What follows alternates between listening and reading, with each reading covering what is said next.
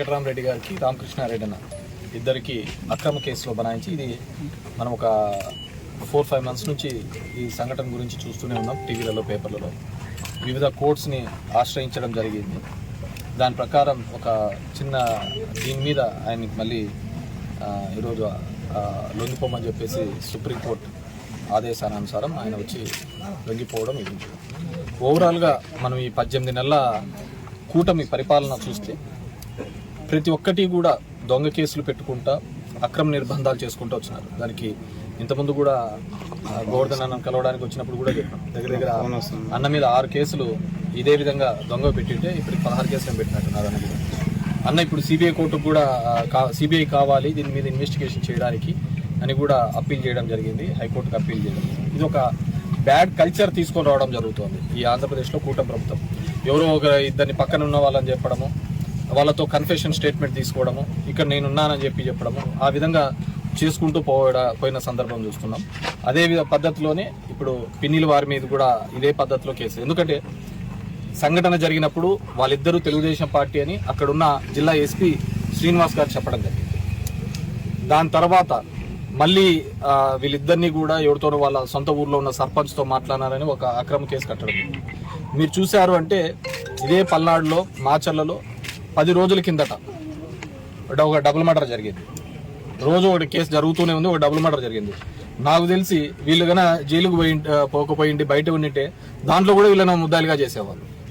వాళ్ళు జైల్లో ఉన్నారు కాబట్టి ఆ కేసులో నిందితులుగా కాలేదు, లేకుంటే దాంట్లో కూడా వాళ్ళను ముద్దాయిలుగా చేసేవాళ్ళు. ఈరోజు రాష్ట్రంలో ఎక్కడా లేని విధంగా ఒక బ్యాడ్ కల్చర్ తీసుకొని వస్తున్నారు, కన్ఫెషన్ తీసుకొని రావడం జరిగింది. అదే చంద్రబాబు నాయుడు కేసులో చూస్తే లిక్కర్ కేసులో వాసుదేవ్ రెడ్డి అనే అతను కంప్లైంట్ పెట్టాడు. అదే అతను వాసుదేవ్ రెడ్డి అనే అతను మా మీద పెట్టిన దాంట్లో ముద్దాయి. అతన్ని ఇది చేసుకొని అతను అప్రూవల్ అయిపోతాడు. చంద్రబాబు కేసులో మాత్రం అతని చూస్తే ఇది ఫ్యాక్ట్స్ లేవను, ఏమన్నది మిస్టేక్ ఆఫ్ ఫ్యాక్ట్స్ అని చెప్పేసి మళ్ళీ కోర్టులో సబ్మిట్ చేసి చంద్రబాబు నాయుడు గారికి రిలీఫ్. అంటే ఒక అతను ముద్దాయిగా ఉన్నాడు, అతనితోనే మళ్ళీ స్టేట్మెంట్ ఇప్పిస్తారు చంద్రబాబు. అంటే గవర్నమెంట్ ఫంక్షన్స్ ఏ విధంగా జరుగుతాయని అర్థం చేసుకోండి. అదే కేసులో దగ్గర 155 మంది సాక్షులను విచారించినారు. 18 మందితో 164 స్టేట్మెంట్ తీసుకున్నారు. ఇవన్నీ కూడా లీగల్గా ఉన్నా కానీ చాలా బరి తెగించింది. అంటే దీన్ని ఏమంటారంటే విక్టోరియా ఎరాల విక్టోరియా డెకోర్తిన్ అంటారు. ఆ టైంలో ఏం జరిగిందంటే కింగ్ నో రాంగ్ అంటారు, కింగ్ ఈజ్ నో రాంగ్ అంటారు. అంటే మొనార్కీ టైంలో అతను ఏమి చేసినా కానీ కరెక్ట్గా ఉంటుంది అనే పద్ధతి ఈరోజు ఈ రాష్ట్రంలో తీసుకొని రావడం జరుగుతుంది. It's very bad sign. ఎందుకంటే ఇలాంటివి అలవాటు చేసుకుంటూ పోతూ ఉంటే ఖచ్చితంగా నెక్స్ట్ వచ్చే వాళ్ళు ఇబ్బంది పడతారు. ఈరోజు మీరు చూసినారంటే గోవర్ధన్ అన్న ఇంతకుముందు 10 రోజులకు ఒకసారి ప్రెస్ మీట్ పెట్టేవాళ్ళు, ఈరోజు వారానికి 2 సార్లు పెడతారు. నేను ఇంతకుముందే చెప్పాను, జైలులోకి వేస్తామంటే అదొక భయం, జైల్లోకి వేస్తే ఆ భయం పోతుంది. మీరు మా నాయకులందరినీ కూడా పర్ఫెక్ట్గా కూడా లీడర్లుగా యోధులుగా తయారు చేస్తున్నారు.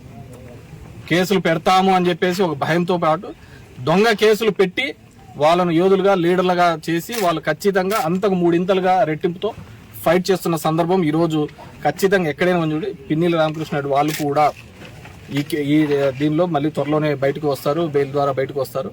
ఈ ఎన్ని రోజులు పెడతాము ఏంది అనేది కాదు, వి గాట్ ఇమ్యూనిటీ. దీనికంతా భయపడే కాలాలు పోయినాయి. ఇప్పటికైనా కానీ ఈ ప్రభుత్వం ఈ దశగా అడుగులు వేయడం మానుకోవాలి.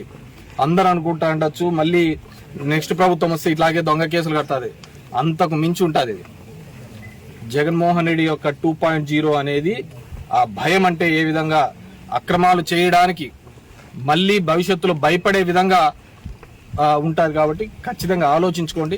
ఉద్యోగస్తులు, ఆఫీసర్లు అందరినీ కోరుకోవడం, మీకేదో పైన ప్రెషర్ ఉంది, కేవలం ఒక 4 నెలలు లోపల పెట్టండి వాళ్ళు సాటిస్ఫై అవుతారు అనే పద్ధతిలో కేసులు కట్టుకుంటూ పోతే ఇది ఖచ్చితంగా మీకే తిరుక్కుంటుంది. ఎందుకంటే we're seeing n number of officers. ఈరోజు చాలా మంది ఆఫీసర్స్ పోస్టింగ్ లేకుండా ఏ విధంగా ఇబ్బంది పెట్టి వాళ్ళ మీద క్రిమినల్ కేసులు కూడా కడుతున్నారు.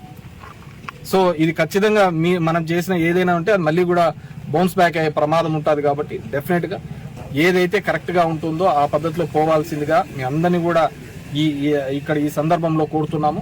డెఫినెట్ గా పిన్నిలి బ్రదర్స్ మరింత ధైర్యంగా ముందుకు వచ్చి పార్టీ యాక్టివిటీస్ లో పార్టిసిపేట్ చేస్తారు. ఖచ్చితంగా పార్టీకి అండగా నిలబడతారు. వారందరికీ కూడా వైఎస్ఆర్ కాంగ్రెస్ పార్టీ ఎవరినైతే ఈ విధంగా ఇబ్బంది పడుతున్నారో వాళ్ళ కుటుంబాలకు వాళ్ళకు అందరికీ కూడా వైఎస్ఆర్ కాంగ్రెస్ పార్టీ అండగా నిలుస్తుంది.